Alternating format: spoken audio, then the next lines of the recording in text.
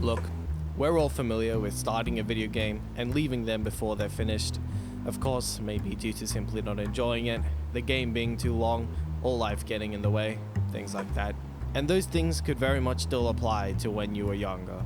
For me, among the games I never finished, there are a few from my childhood that sort of stick out like a sore thumb and have always lived in the back of my mind because I never finished them, and it's time to figure out why. So today's mission, complete those games. First culprit, Pikmin 2.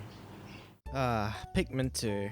I was gifted this game as a kid, and in the 10 plus years since of owning it into adulthood, I never finished it. It was too hard for me back then, and I haven't really even touched it since. And it's not because I didn't like it. I've stayed fond of the Pikmin series since. For me, the thought of tackling this game has always come with a weird feeling. Primarily, a weird sort of intimidation. Probably because I found it difficult when I was younger. So there's almost like a weird residual leftover that stayed all these years.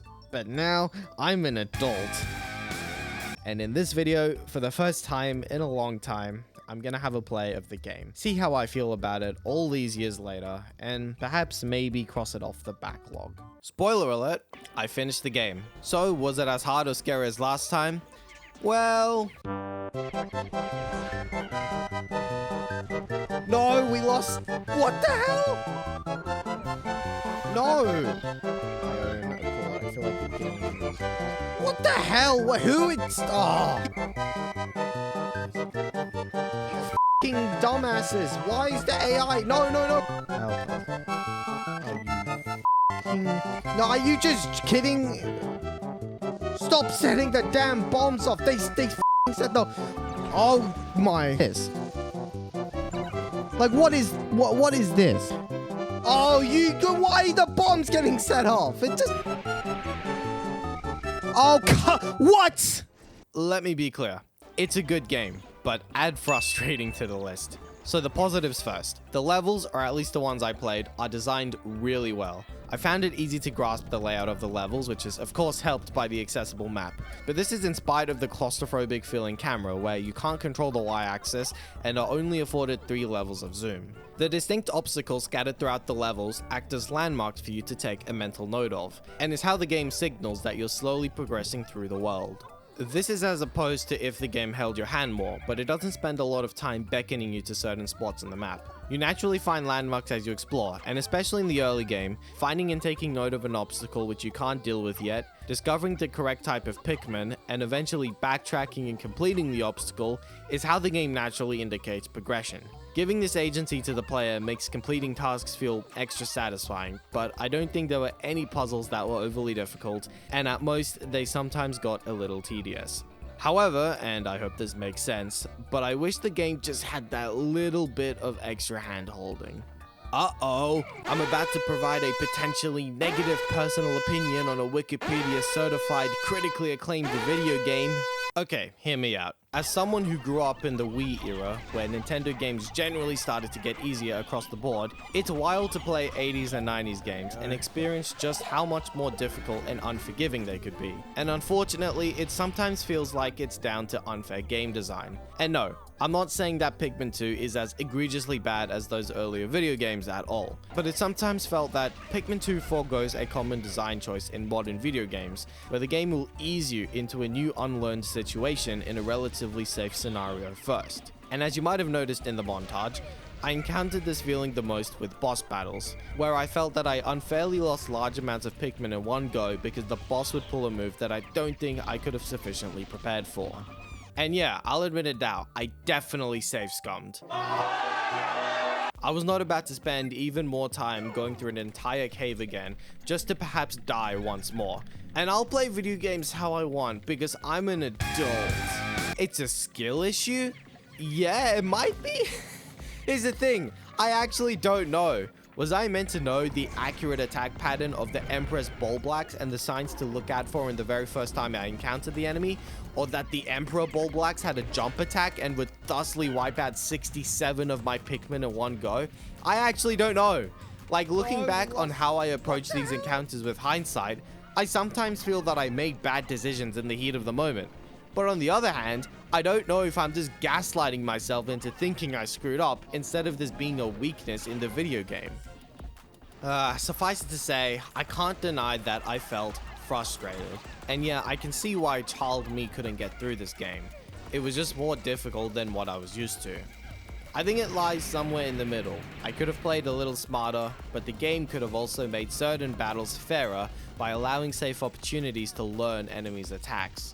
However, I can say that I wasn't necessarily scared this time around, more so just disgusted by some of the things in the game. Unfortunately, this is where this asshole is literally shitting shit out. This is disgusting. I genuinely hate this boss. What the hell? How did they think of this? Now, this isn't a full review or anything, but I overall still enjoyed the game. Despite the problems I felt, Pikmin is a very well-made video game with a certain charm to it, and unique gameplay that stays pretty varied throughout. And most importantly, playing this didn't feel like a chore. When I was done for the day, I was always excited to come back the next day. And if I ever want to come back again, there's still plenty to complete, with most of the third area untouched and an entire fourth area which unlocks after you complete the main task.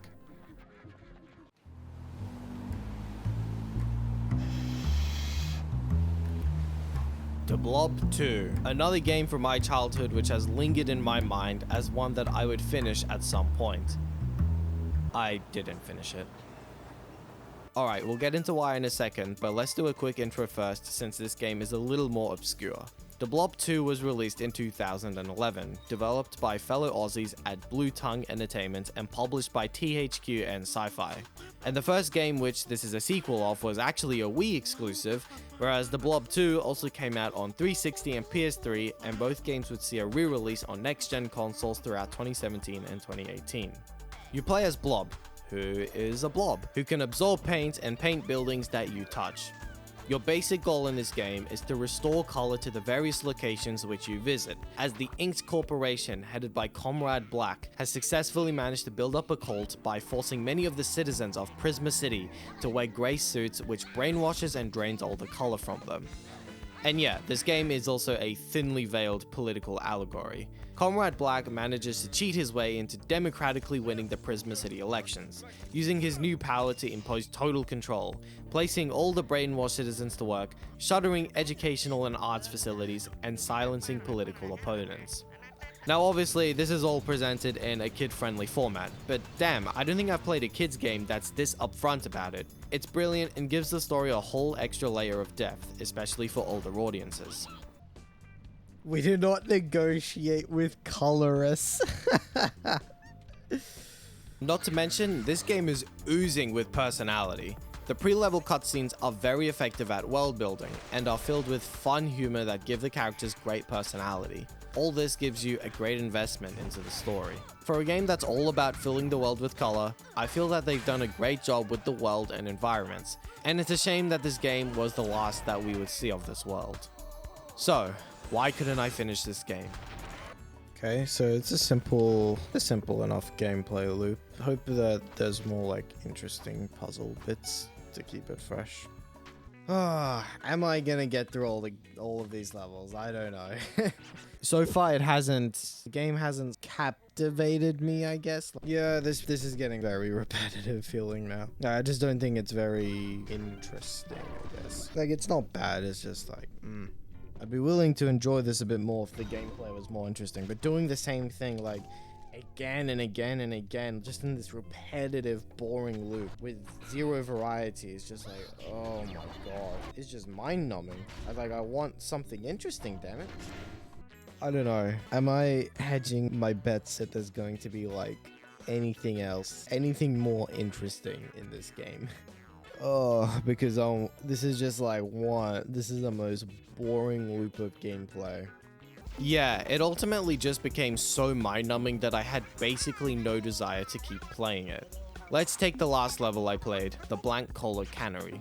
The cannery has been taken over by Inks to produce only blank cola, and Blob is tasked with returning the facility to producing Prisma City's 7 signature colored drinks. So you have to head to every production tower for each color: yellow, red, blue, lime, orange, purple, and brown. For each soda, you scale the tower to the top, defeating or avoiding the enemies, enter the tower and navigate through the interior, hitting different switches which releases the soda. And yeah, there's 7 colors, so you have to do this basically identical task 7 times, which might not sound that bad, but that was around a whole hour of gameplay for an incredibly boring, repetitious task. Now, to be fair, in between some of the towers, there were small parts where you got to color in some of the buildings. The real kicker though is that this is essentially the basic loop of the entire game, or at least the 5 hours that I played for. The tasks never deviated much, and the slight puzzles where you have to figure out how to use specific colors to color blocks or activate switches, either by finding the color or mixing them, never became complicated or complex enough to provide a lot of variety. They stayed at the same difficulty levels, so you really just felt like you were going through the motions. And after 5 hours of the same thing over and over, I didn't really want to continue. The game had failed to convince me that continuing on would yield new and interesting gameplay challenges. Thankfully, however, despite the lackluster content, the game feels good to play. I've made this comparison before, but compared to other Wii games which I've played, this one doesn't feel janky and it's truly a proper video game with real time and effort put into it. And ultimately, I just find it to be quite a shame, because I truly think that the Blob has so much potential. There's so much personality in this game, the cutscenes are brilliantly written and animated, the soundtrack is terrific, the environments are really fun, and the gameplay concept is a really good idea, but it needs more. There absolutely needs to be a whole lot more variety in the gameplay scenarios for it to stay engaging, and it just doesn't have that. Perhaps this game is more suited to a casual playthrough over a longer period instead of trying to finish it back to back with other games, but yeah. Unfortunately, Blue Tongue Entertainment don't exist anymore, but it would be awesome if the Blob somehow came back for another sequel, because I genuinely think this series could compete with the best 3D platformers out there. It just needs an infusion of ideas to make an awesome experience. And finally, Splatoon. From one color paint-based game into another. Okay, this one is just a case of never really getting to it. I played a good chunk of Splatoon back in the day, but just for the multiplayer, which I'm sure I'm not alone on. The missions are grouped into different areas, and it turns out that I'd already completed the first couple of missions from whatever I did this last. I would start again for the full experience, but there's no such option, so I just resumed from where I left off. Now, the remaining missions took a little under 4 hours to complete, and for each area, apart from the first, there are 6 missions plus 1 boss battle, with every mission focusing on one gameplay mechanic. Despite being a short side mode of a primarily multiplayer game, I think I had more fun with this campaign compared to the dedicated single player experience that is the Blob 2. Now, these two games are different genres of games. Splatoon is a third-person shooter and the Blob is a platform puzzle game. But it mostly comes down to how slow and drawn out the Blob feels. Each mission in Splatoon takes a max of 10 minutes to complete, if that. Combined with the very energetic gameplay that keeps you moving, with the game taking you from one enemy encounter to another in quick succession, it feels a hell of a lot faster than the drawn out hour-long levels in the Blob 2. Yeah, there's honestly not too much to talk about with this one, which anecdotally I think is a common sentiment about this mode. The level design is about as robust as you'd expect from a Nintendo game, and ultimately the campaign just reminded me of how great the Splatoon mechanics are. They put them to great use in a series of varying but quite easy challenges that are fun to breeze through. That final boss though really does keep you on your toes. Everything you've learned up to that point put together in an exhilarating battle where something is always going on. See, Pikmin, this is what I mean by building up to a boss battle. And of course, as a Splatoon veteran from back in the day, I only needed one attempt to complete this mission. I lost. What do not tell me. No, all of that again. Oh. However, I felt there was one glaring omission, which was the other weapons in the game. As it stands, the campaign almost feels like an extended tutorial or preparatory mode for the multiplayer, which is great, but having more weapons other than the hero shot would have made this feel like a fully comprehensive mode. So yeah, overall a fun and well-built campaign, but nothing too groundbreaking. One interesting thing though, which is that this particular sound effect sounded weirdly familiar to me. Well, not a bad day at the job. 2 games crossed off. The Blob 2, your day will come another day. I hope. This was a cool idea. Revisiting these games from my childhood felt weird in a way. There's simultaneously a comfort and familiarity that I felt, which included muscle memory, while still having new experiences and thoughts all these years later.